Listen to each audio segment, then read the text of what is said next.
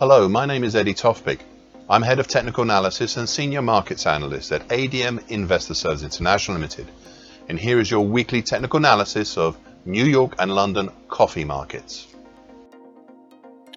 New York coffee. I have said this many times over recent months, but the pipe tops formed on 9th and 12th of September last year were the direct triggers for the move lower that we saw until January this year. The actual pattern that's set up for the move lower, the lopsided diamond pattern, that's seen disappearing on the top left of my daily chart and highlighted in dark blue, is huge. I'd previously given a primary target for this in the 166 and 3/4 area, with a secondary harder achieved target X1 in the 142.40 area.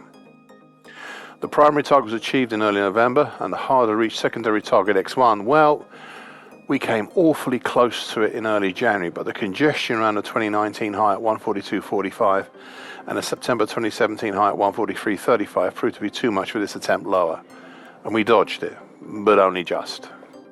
Nevertheless, I'm still calling it live, at least for now. I said back then when indicating these targets many months ago, and I quote, "There's one other fly in the ointment. Perhaps, just perhaps, this lopsided diamond pattern is becoming a big bear channel." If that was to be the case, then the first area to look at below would be the lower bear channel line of such a pattern, and that's currently at 155.20. That's the end of all the quotes. The extension of this bear channel is highlighted in bright green on my daily chart, and the lower bear channel line has played a significant part in recent moves lower until January's reactionary rise that followed on into February. Interestingly, prices halted their rise in late February as they came a little too close to the upper bear channel line, currently 193.70, which has a closer wingman of dynamic resistance, and that's the declining long moving average, currently 193.05.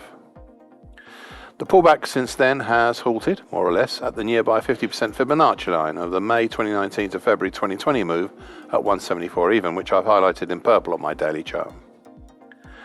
Now, I have on many recent occasions discussed in wide terms how the overall action, the drop and sideways action, even the pullback up in late February, and subsequent sideways action may be making a very large descending scallop pattern.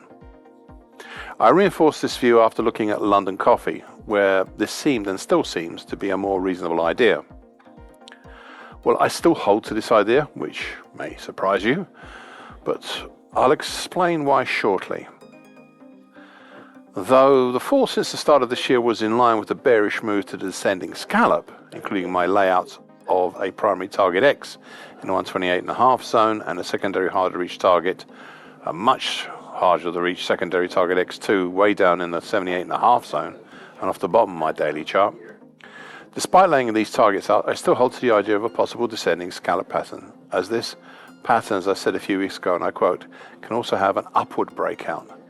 But, and it's an important but it will depend on what the market does should it get to the key 50% Fibonacci line of the May 2019 to February 2022 move at 174 even. For the moment, I'll leave the targets where they are below, but they could easily be retired on confirmed moves higher over the 50% Fibonacci line. And that's the end of the quote.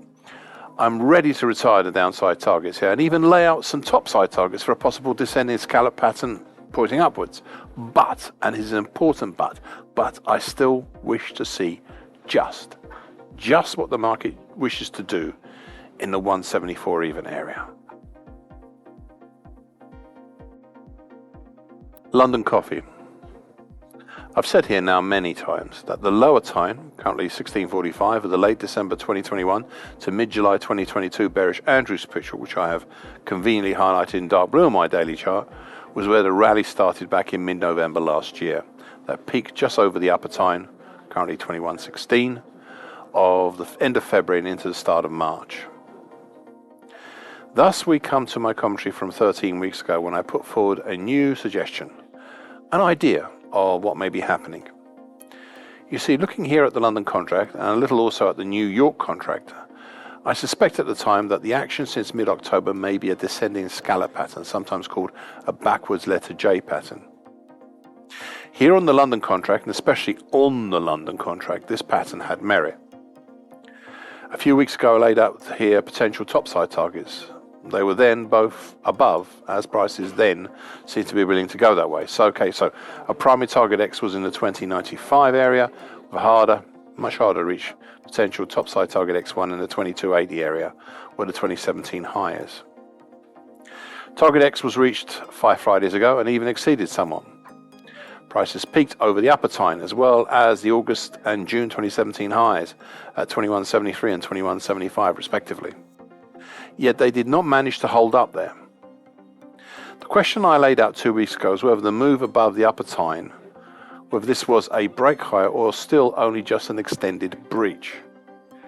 Back then it still seemed to me that the overall movement was still higher, and that was why target X1 at 2280 was still live back then.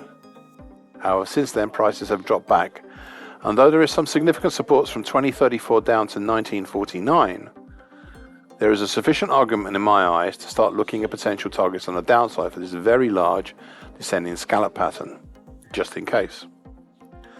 Thus, should the market try the bearish avenue, then the first stop, target X2, if you will be down at where the congestion was back around the 50% Fibonacci line of the October 2020 to December 2021 move at 1812. But that is not all. Should the market punch down further through the October 2018 high at 1792 and continue lower, then the primary target X3 for the move lower would be in the 1662 zone. There is a secondary, harder to reach target below this, but I think that is enough for now. Now, one final thing to ponder. Data indicates that the market breaks lower from descending scallop patterns something like 8 out of 10 times. Something to bear in mind. Thank you for listening. This weekly broadcast gives the essential market patterns and consequences. Please be aware of the risk disclaimer posted both at the front and the back of this broadcast. Copyright is Eddie Toftbig and ADM Investor Services International Limited. And here comes the final important bit.